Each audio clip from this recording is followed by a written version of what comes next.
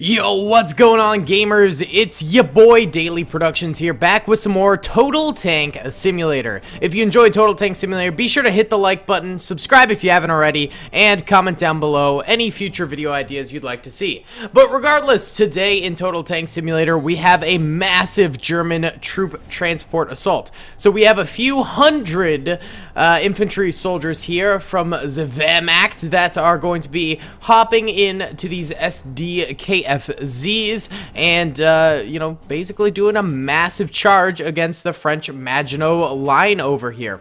The French, on the other hand, have some minefields set up, as well as bunkers just all over the place, and then a line of infantry behind those bunkers, and then one military base where they can get additional soldiers if they manage to keep it alive for long enough. I love massive troop transport assaults. I think they're some of the most fun videos we can do in video games, just because it's so cool. I don't know, it's a cool concept to, you know, just launch infantry forward in bunches.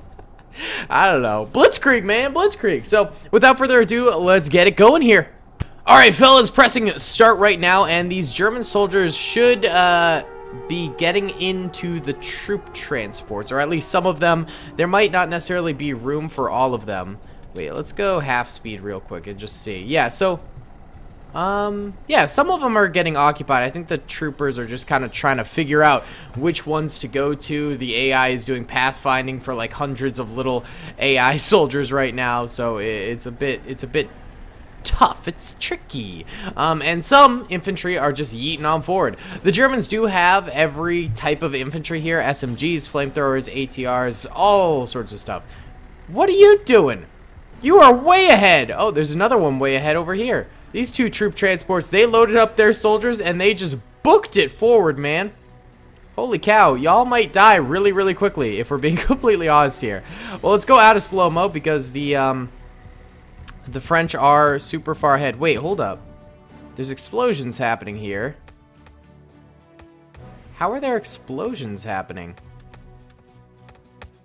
Are y'all just shooting the ground and then injuring yourself in the process? I think they're genuinely shooting the ground and hurting themselves in the process. Look over here. What?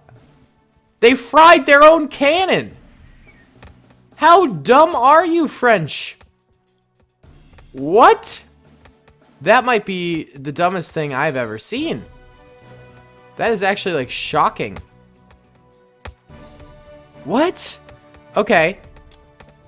Wow, that's a bit of a glitch. I think that the devs might want to work on, is if there's a hill between the enemy and the soldiers firing, then they should probably stop firing, you know?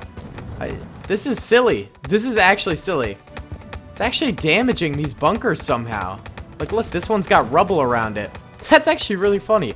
It doesn't seem to be doing that much damage, so it should still probably be a bit of a fair fight if we're being honest. Here come the troop transports. Now more are joining in on the charge. Still a little bit chaotic over here if we're being completely honest. Like, some of the infantry is still a little confused about hopping into the troop transports. Like, this troop transport only has one soldier in it, but there's still a bunch of soldiers all around. Why don't you just load up? Why don't you just load up, boys? I don't know. I don't know. I genuinely cannot say. Alright, here's the, looks like the Vanguard troop transport is this one right here. It is about to come upon some French infantry up ahead. It's cruising down this little woodland path. That machine gun should make some quick work of enemy infantry, and then the German infantry can get out of the back of the cab and start firing themselves. So, in theory, it could be very effective. It just depends on if those bunkers end up being effective and if the infantry manages to get enough fire out to, you know, hurt these guys. And, yeah, there is some pretty bad fire coming in. It looks like a pack gun did manage to actually hit this thing and take out the driver and the gunner there. Oh, but another infantryman, both infantrymen actually get back into it and reman this thing. That's a good thing to do, honestly. Recrew it if it's not fully destroyed, because that MG on top is way stronger than those guys' infantry rifles are. So about 4 Germans did end up going down there, and 2 survived and are now peeling off with their troop transports. Maybe they're actually going back to pick up more soldiers, because I see all of the troop transports who have dropped off their soldiers are in fact turning around. So I think that's exactly what they're doing. That's actually a really cool feature in this game. They unload and then they go back for more infantry. So this is going to be a bit more of like a hit and run style battle, if we're going to be completely honest, with the Germans constantly, you know, going back and forth between the front lines and the back lines, you know, resupplying the front lines every so often. It does look like the French are going for some grenade warfare here. Those things are absolutely devastating, but they are still a little bit far away from the German soldiers to actually be effective with them. We're in just a cloud of smoke there as one of the SDKs just blew up, dude. A few of the French seem to be retreating a little bit as well, so I think they're a bit scared of this constant German fire that is coming on in here. In the back lines, we can see that the flak guns, well, these aren't flak guns, pack guns, I suppose, but no, they'd be pack guns if they were German. Anti-tank turrets are in fact firing away quite a bit from the French lines, and we've also got a pretty steady flow of incoming infantry from the French military barracks. So, you know, if this front line of infantry does end up going down, then more will come and replace them. The Germans at the beginning of this battle did end up having actually about 1/3 more troopers than the French did, so they do have the, you know, cost advantage here. But the French do have the defensive advantage, and they've got a more, you know, variety-driven army, which can, in fact, help out quite a bit. So, you know, variety is always good to go for in these situations. And the Germans, of course, just have infantry and light vehicles, which can be a little bit tough. And it looks like, yeah, there's just a huge army of German forces back here, still sort of coming on forward. They have not managed to make it super far forward yet. They just, you know, are lollygagging about, boys. A few are trying to occupy this house right now, trying to take up defensive positions, but obviously that's not really gonna work too much if, if the front line is a full defense, boys. You gotta push. You gotta push together. And then we've got some troop transports that are just, like, chilling in the middle of a meadow here. Things are not going spectacularly for the Germans. Oh, we do have some Flammenwerfer action. Look at them go. They're actually dousing a few of these Frenchmen and taking them out pretty nicely there. That's beautiful. Okay, so the Germans are actually, you know, gaining the advantage here and driving the French back. This is the first real big German push I think we've seen all game, and it is working out wonderfully now. They don't even have that many troopers. I think it's the Flammenwerfers that are really, like, spearheading this invasion. They're more powerful units, so I think they're just getting the job done, man. This one lit himself on fire, or his friend lit him on fire. That's never a good thing. Oh, but then one of those anti-tank guns hits them hard with an HE shell and takes a lot of them out. And then they come across this MG bunker over here, and they get sprayed down in a wall of bullets. Really, really tough stuff right there. A few of the bunkers are being abandoned now. It seems like they're taking more fire and probably using up a lot of their ammo as well. So, oh, and we've actually got Flammenwerfers straight down the middle invading them too. So, yeah, wow, okay, the bunkers over here have been almost entirely destroyed.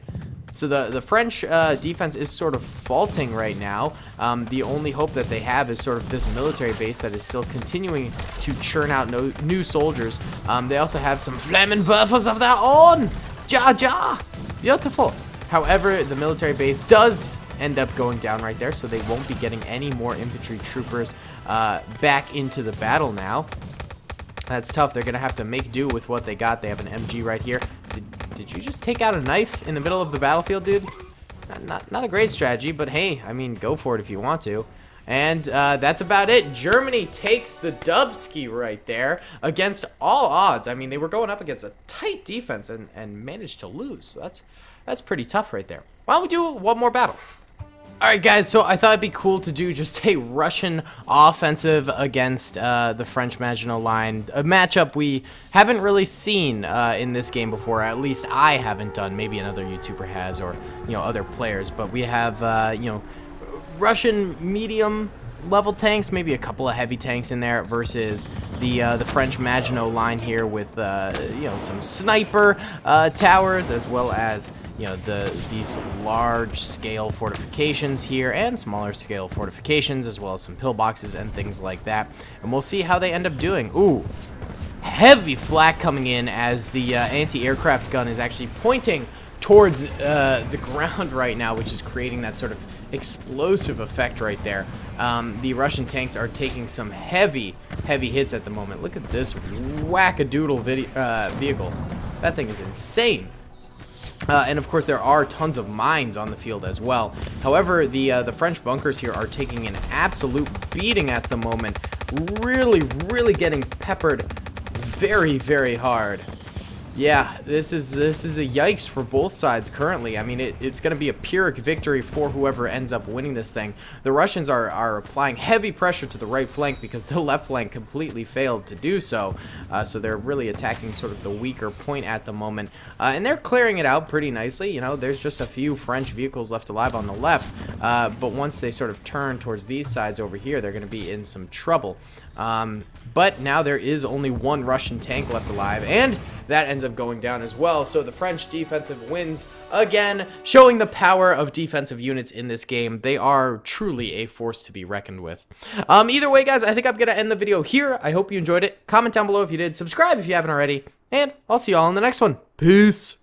I hope you guys enjoyed that video. Be sure to click that subscribe button for more content, and hit the notification bell if you'd like to be alerted to whenever I live stream or upload. Thanks so much.